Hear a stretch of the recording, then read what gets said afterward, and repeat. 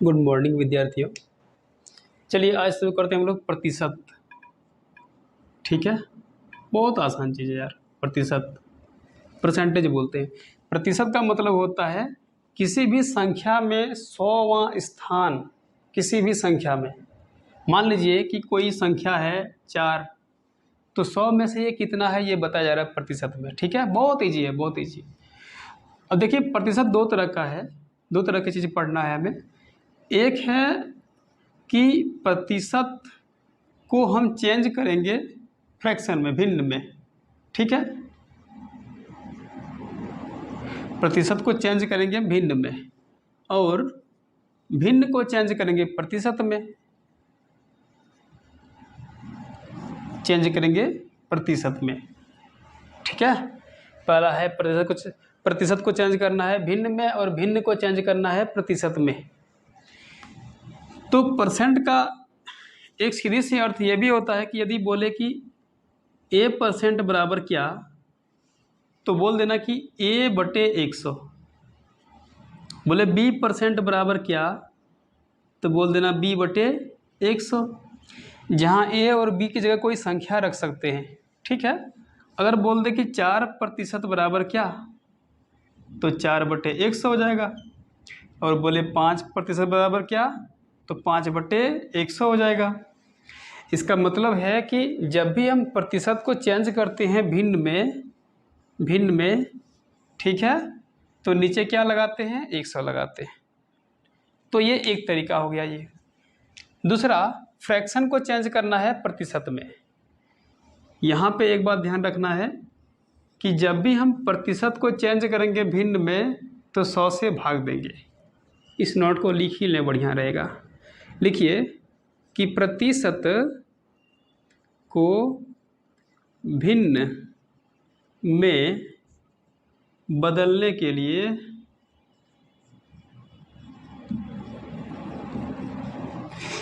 100 से भाग देना होता है।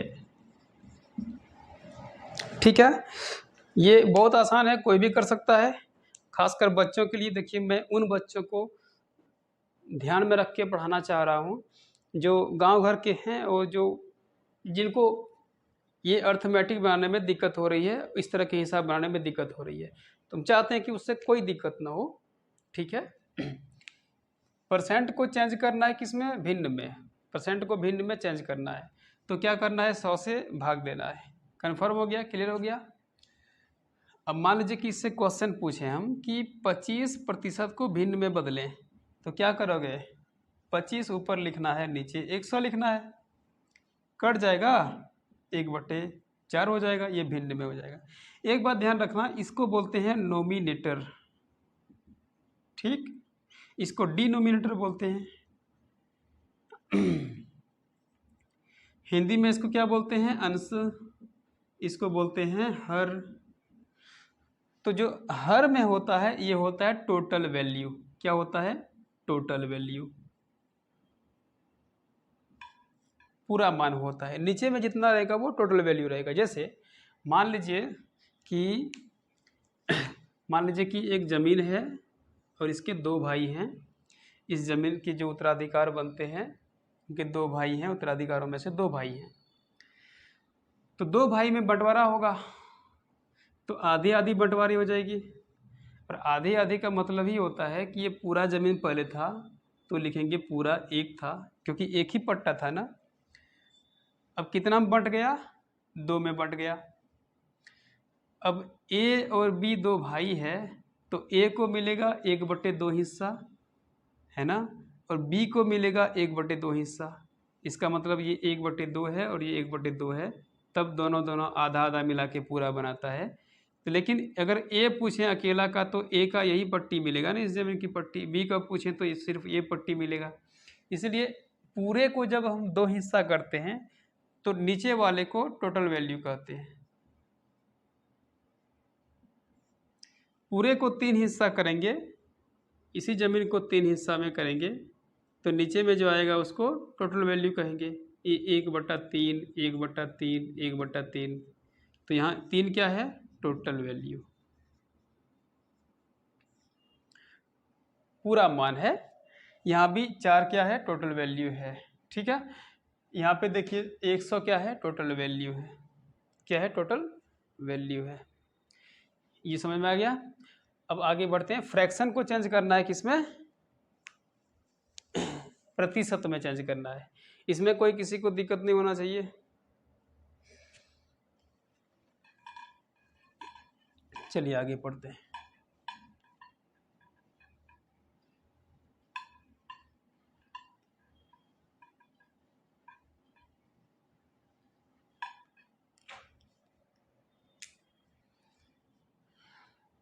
फ्रैक्शन को परसेंटेज में चेंज करना है।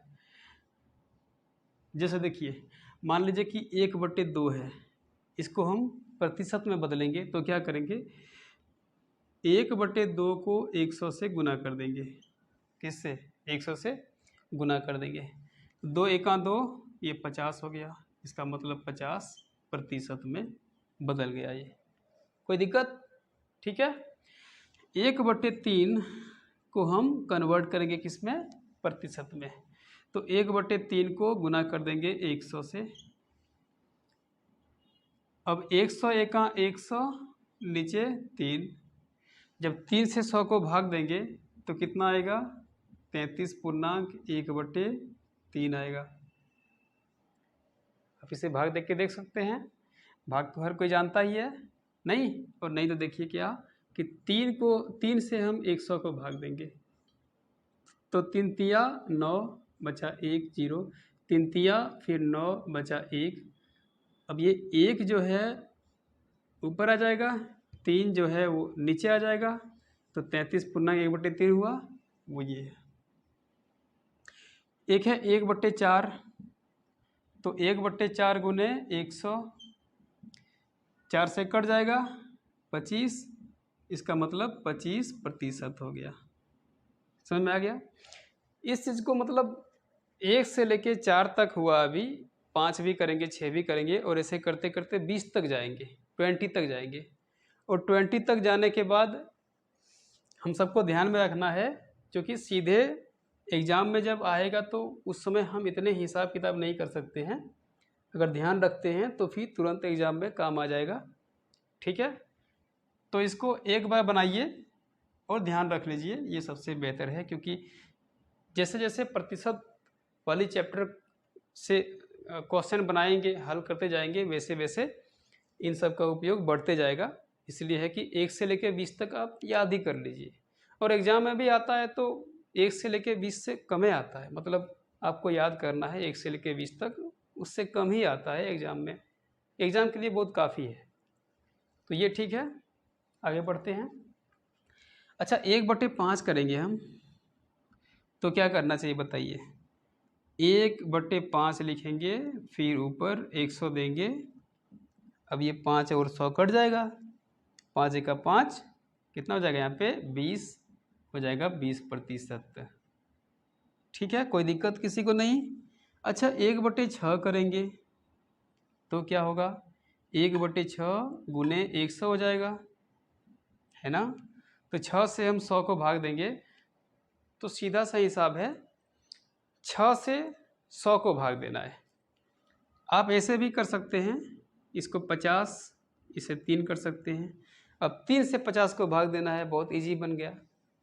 3 से 50 को भाग दीजिए, कितना हो जाएगा, 16 या 48, बचेगा 2, ऊपर 2 नीचे 3, 16.2/3। अच्छा, 1/7 करेंगे तो 1/7 गुने 100 हो जाएगा। इसका मतलब है कि 100 से 100 को 7 से भाग देना है तो 14 7 98 होता है, यहाँ पे 14 हो जाएगा। 7 98 है तो 2 ऊपर 7 नीचे, 14 7 98, 2 ऊपर 7 नीचे। ठीक है, 1/7 तक हो गया। इसको और आगे बढ़ाएं हम लोग। वहीं पे देखिए 1/8 का मतलब इसमें क्या मान आए, क्या वैल्यू आएगा। तो 1/8 गुने 100 करेंगे, बराबर 2 से देखिए 50, 2 से देखिए 4, 2 से 2, 2 से 25। अब 2 से 25 को भाग देंगे, स्वाभाविक है कितना आएगा, 12.5 आएगा, 12/1/2। 1/9, 1/10, 1/11, 1/12, 1/13, 1/14, 1/15, 1/16। फिर और बढ़ना है, पहले इसका कर लेते हैं। 1/9, इसका मतलब है कि 100, मतलब 1 गुना 100/9, ठीक है। 9 से 100 को भाग देंगे तो 9 11 99 होता है, और ऊपर 1 बचेगा, नीचे 9 हो जाएगा। 1/10 तो 1 गुना 100/10 हो जाएगा। कितना बचा, 10%। ये सारे प्रतिशत में है, ध्यान रखिएगा, हम भिन्न को प्रतिशत में चेंज कर रहे हैं, ये प्रतिशत में हो जाएगा। अच्छा, 1/11 है तो क्या करेंगे, 1 गुने 100 हो जाएगा, नीचे 11 हो जाएगा। इसका मतलब है कि 11 से हमें 100 को भाग देना है, तो 11 नाम 99 हो जाएगा, ऊपर 1 बचेगा, नीचे 11 हो जाएगा। अच्छा, 1/12 हो तो 1 गुना 100/12 हो जाएगा, है ना। यहाँ 50, यहाँ 6, यहाँ 25, यहाँ 3, तो इससे भाग दें तो 3 3 6 का 18, 3 7 21, 3 8 24, 8 हो गया, ऊपर 1, नीचे 3 हो गया। ये प्रतिशत में बदल गया। फिर यहाँ देखिए 1/13, 13 से हमें 1 को भाग देना है। 13 सत्ते कितना होता है, 91 होता है। इसका मतलब 1 गुने 100/13 कर देंगे, तो 13 सत्ते 91, 13 सत्ते 91, कितना बचेगा, 9 बचेगा, ऊपर 9 बचेगा, नीचे 13 बचेगा, ठीक है। यहाँ पे 1/14 है, तो ऊपर 1 गुने 100/14, ठीक है। काट दें इसे तो कितना हो जाएगा, 50, यहाँ कितना हो जाएगा, 7। अब 7 से 50 को भाग दें, है ना। 7 सत्ते कितना होता है, 49, तो 7 सत्ते 49, 1 बचेगा तो 1/7 हो जाएगा। 1/15 को लेके चलें, 15 × 5 = 75, 15 × 6 = 90। इसका मतलब है कि 1 गुने 100/15 हो जाएगा। इसे काट भी सकते हैं, काट सकते हैं ना, कितना हो जाएगा, 5 से काटें तो 20, 5 से काटें तो 3, अब 3 से भाग दें 20 को, कितना हो जाएगा, 20 से 3 से 20 को, तो 3 छक्का 18, ऊपर 2, नीचे 3। 1/16 को लें, 1 गुने 100/16, ठीक। काट दे से, 2 से कितना होगा, 8, 2 से 50, 2 से 25, 2 से 4। अब तो नहीं कटेगा ना, अब तो नहीं कटेगा। अब देखिए 4 से भाग देना है हमें 25 को, तो 4 छक्का 24, बचा 1, नीचे 4, ठीक है। अच्छा, 1/17, 17 × 5 = 85, 17 × 5 = 85, यानी 1 गुना 100/17 हो जाएगा।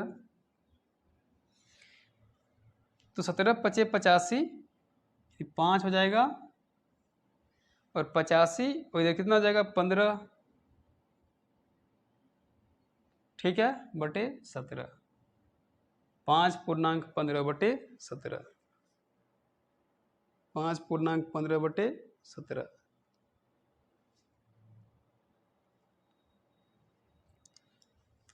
अब आगे देखिए, ये पूरा हो गया, कहीं कोई दिक्कत किसी को नहीं होना चाहिए। इसी में आगे बढ़ते हैं।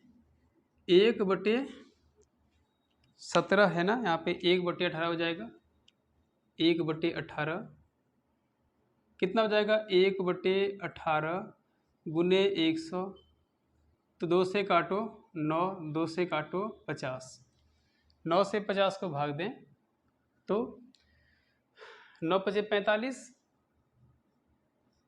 ऊपर बचा 5, नीचे बचा 9, 1/19 रहेगा, 1 गुने 100/19, तो 19 पंचे